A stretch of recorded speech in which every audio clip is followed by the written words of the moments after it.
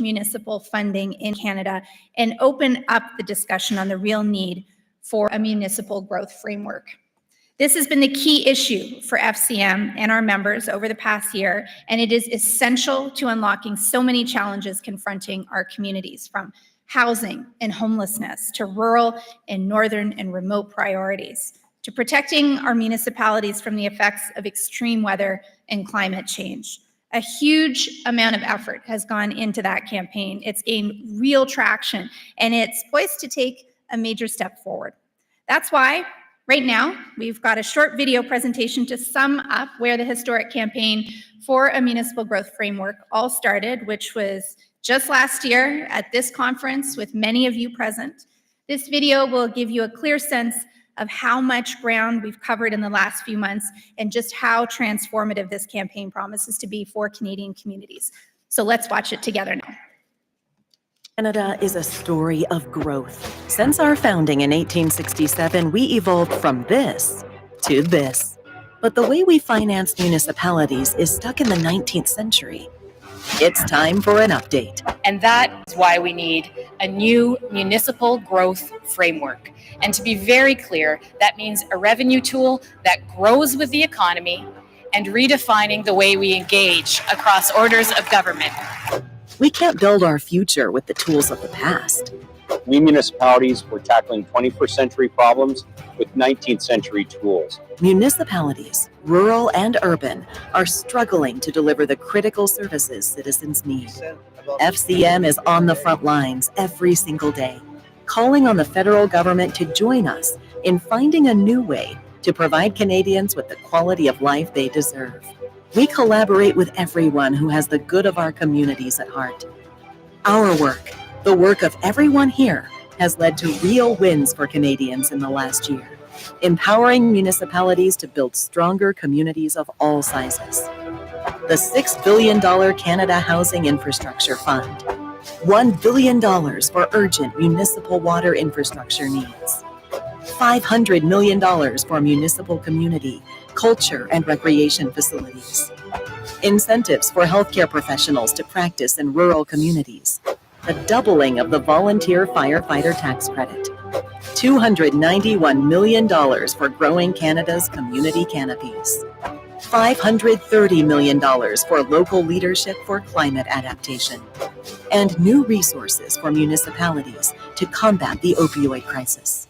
But the job isn't done yet, and we need to keep pushing.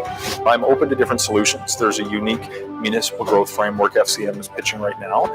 We will definitely want to ensure that there's buy-in not just from the federal government or FCM, but also provinces. A new municipal growth framework is the key to unlocking the full potential of our communities. Lorsque les villes vont bien, tout le Canada va bien. Nos réalisations économiques, environnementales et sociales bénéficient à toute la population.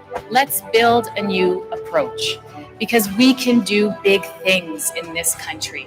In times of unprecedented growth, it's time for bold and innovative thinking to build the communities we call home. What would a new municipal growth framework mean for Canadians? It would mean more affordable housing and complete communities, better local roads and reliable public transportation to connect us all. It would mean more public parks and playgrounds where we gather. It would mean delivering the quality of life all Canadians deserve, today and tomorrow.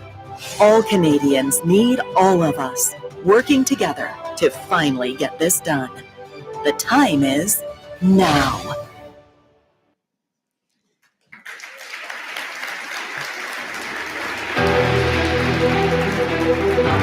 And now let's put our hands together to welcome FCM CEO Carole Saab.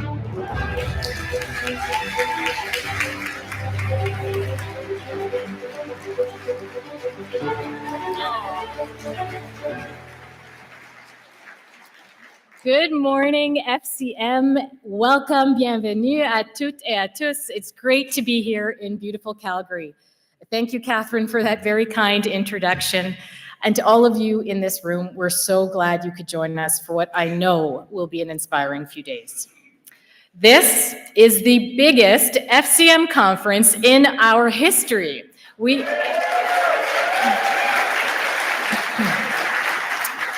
We are officially sold out for the first time ever with a record-breaking number of attendees. There are over 3,100 of you here.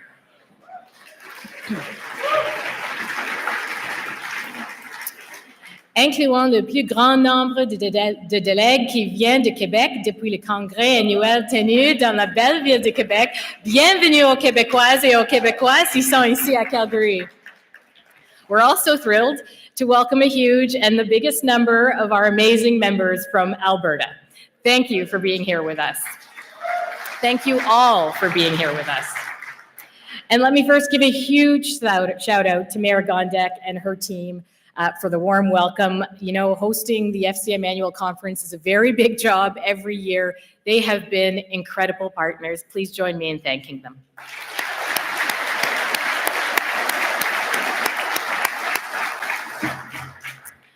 Notre président Scott Pierce, que vous aurez l'occasion de voir tout au long du congrès, y a aussi joué un rôle. Il a consacré la dernière année à aller à votre rencontre chez vous, dans vos collectivités. Merci Scott pour le grand intérêt que tu as démontré envers nos membres et ton dévouement. Et bien entendu, un immense merci à l'équipe de la FCM. Vous avez réussi une fois de plus à mener ce projet à bon port comme vous savez si bien le faire. Friends, at last year's annual conference, I stood before you in Toronto and the energy in the room was electric. It was there that we launched our push for a new municipal growth framework, and you, our members from across the country, jumped into action to promote this critical solution. From just launching this idea at our conference 1 year ago to having a fully fleshed out proposal, federal ministers proactively highlighting our work on this framework publicly, and running a campaign with momentum that we're now taking to the next level. Boy, what a difference 1 year makes. This past year, I was also reminded of your strength when standing united as members through FCM. When faced with the very real prospect of a federal budget without any new infrastructure funding, we mobilized together quickly. And now, thanks to our collective work, Canadians have a multi-billion-dollar infrastructure commitment while we keep working on our long-term goals through this framework. Together, we're a powerful force. This is the strength of our membership. Vous avez été cette année plus actifs que jamais sur le terrain. Vous n'avez ménagé aucun effort pour améliorer la vie des gens de manière innovante. Prenons par exemple la ville de Shediac, au Nouveau-Brunswick. Elle est en train de concevoir un plan d'action pour devenir la première collectivité canadienne carboneutre d'ici 2035. En atteint ces objectifs, Shediac va assurer à sa population un air plus pur, une meilleure santé et de nouveaux emplois.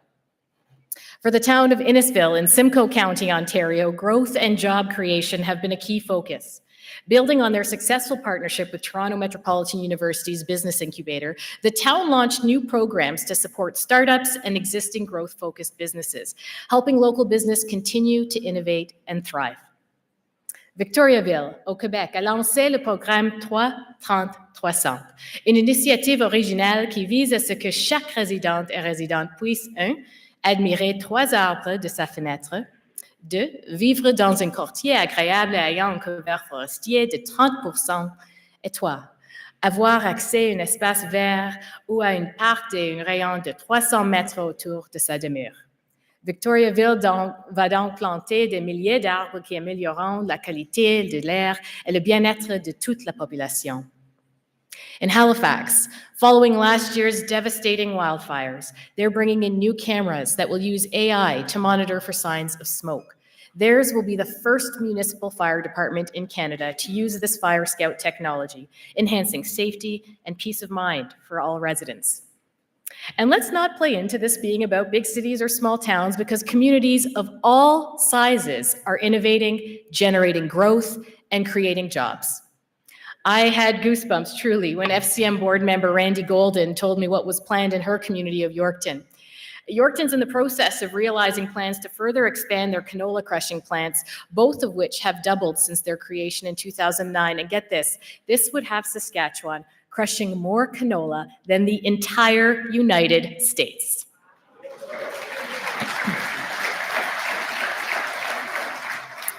Growth is being driven in your communities, and the people who call them home deserve to see the benefit of that revenue put back to work in making their lives better. And here in Alberta, FCM's past president, Tanine Rudick, shared an example with me just recently of what her community, Vegreville, is doing to turn lemons into lemonade. When her community's immigration center was unexpectedly closed, causing a loss of almost 10% of their community's jobs, Vegreville used hard-won ISIP funds to build Prosperity Industrial Park, a place dedicated to agriculture-based manufacturing.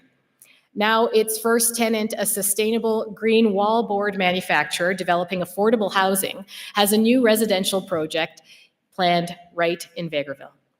And because we're here in beautiful Alberta, I'm going to take the liberty of showing one more example from this great province. The county of Vermilion River has a project which recovers excess methane gas from oil fields that would otherwise be flared or vented and provides it to residential and industrial customers. They complement it with a fleet and compressed natural gas refueling station, all at zero cost to taxpayers. This innovative project not only reduces energy costs for users, but it also reduces emissions. Trust me when I say this, that these examples are just the tip of the iceberg. From Port Alberni to Shippagan to Chesterfield Inlet, lives are made better and communities strengthened thanks to the folks in this room.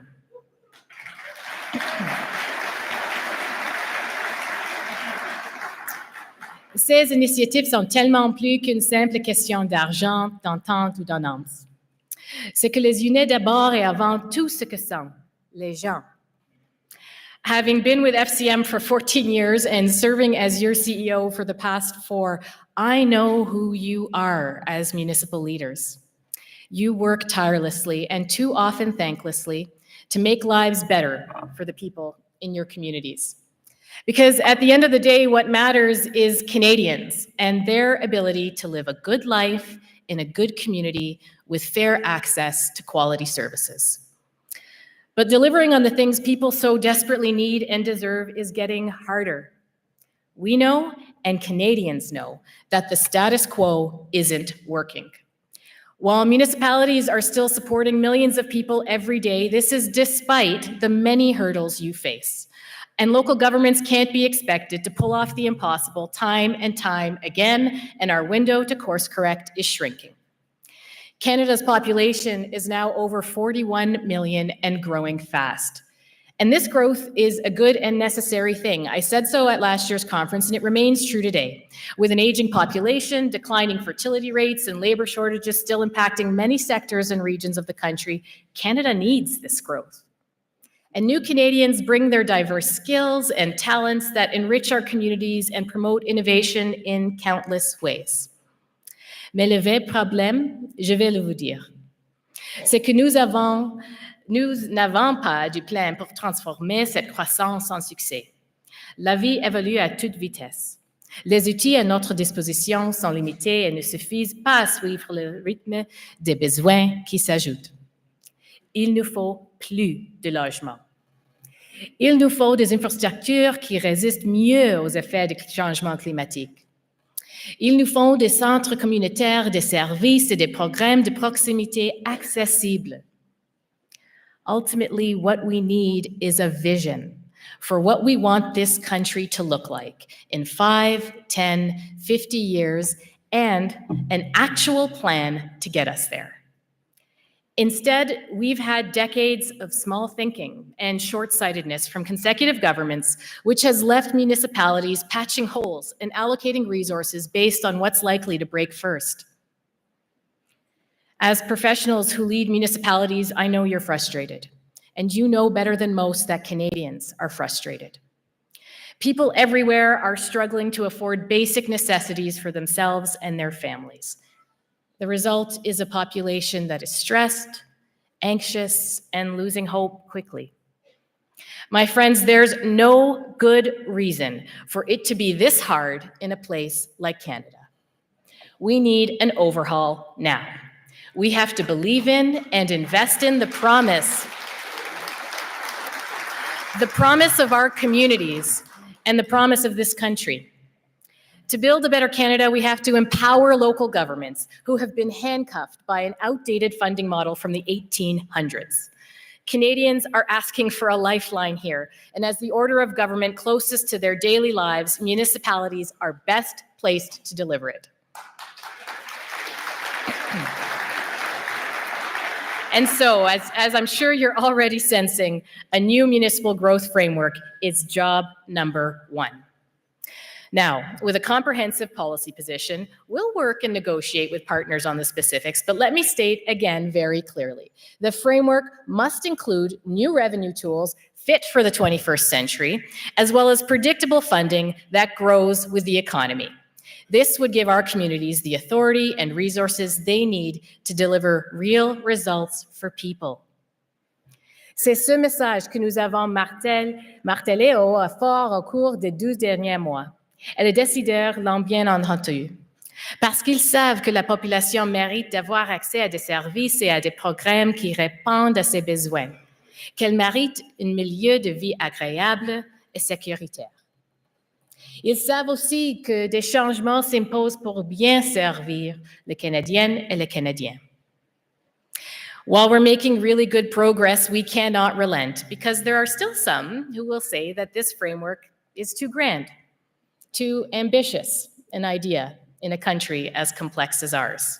Well, local leaders beg to differ. We say ambition is necessary. A long-term modern vision of Canada is necessary. And so where do we go from here? Well, on some level, it remains pretty straightforward. We have to agree on what needs to get done for Canadians, who should deliver it, and how to pay for it. That means getting federal, provincial, territorial, and municipal leaders around the same tables working together to negotiate this framework. And this needs to happen immediately. Canadians can't wait any longer. You know, when times are tough, it's easy to scare people. It's easy into scaring them to asking for less, into dreaming smaller, to focus on how hard change can be. It's also easy to point fingers, lay blame, and divide people. It's easy to distract from the need for a real solution by wasting a lot of time squabbling over jurisdiction. But Canadians don't care about who gets the job done, they care about results. And I'll tell you what, the barrier to a new funding framework isn't jurisdiction, it's a lack of political will. So to our partners in other orders of government, let's spend less time squabbling and more time doing. Canadians are counting on us.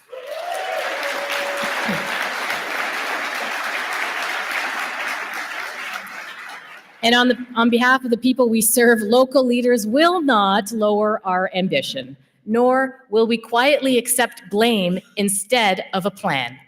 Canadians deserve to realize big dreams in the communities they call home, because governments should in fact do big and, yes, hard things. Speaking of getting big things done, let me address a growing concern threatening your ability to serve Canadians, the harassment of local elected officials. Whether we're personally impacted or not, every single one of us should be united in saying enough is enough.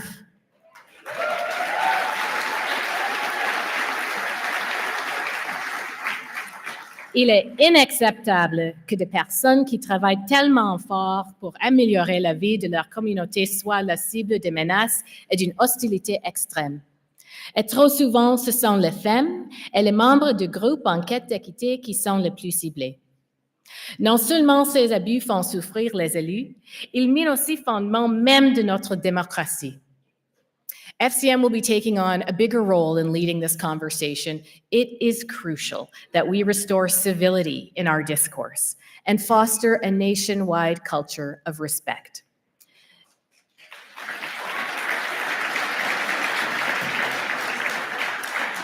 Differing opinions must be expressed constructively and solutions sought collaboratively. Together, we can build a more effective democratic process, one that allows our local leaders to serve without fear for their personal safety and reflects the best of who we are. Because ultimately, Canadians need us focused on what matters, making life better for them and their families. Friends, you're already doing incredible work to innovate and deliver for your communities. So imagine a future where you're empowered to accomplish even more for people. A future where young people everywhere have immediate access to quality mental health services, where all Canadians have a roof over their head, and housing is fairly priced, safe, and abundant. Imaginons un avenir où l'eau est propre et les espaces verts sont accessibles à toutes et à tous, où les nouveaux diplômés peuvent trouver des emplois de qualité dans la communauté qui les a vus grandir, where public transit networks are modern, affordable, and will quickly get you from A to B across big cities and between smaller towns. A country where retirement isn't some distant dream, but an earned and exciting chapter to look forward to. This isn't some crazy utopia beyond our reach. This is possible, urgent, and necessarily ambitious. It's what Canada can and should be. We're betraying this generation and the next if we settle for anything less. How we choose to enable our communities will make or break this future. It is up to us. So to our federal, provincial, and territorial partners, and to our members, let's seize this moment. No more delays. No more patchwork policies. Canadians deserve better. Indeed, they deserve hope. So let's start building better lives for people together. The time for big ideas is now.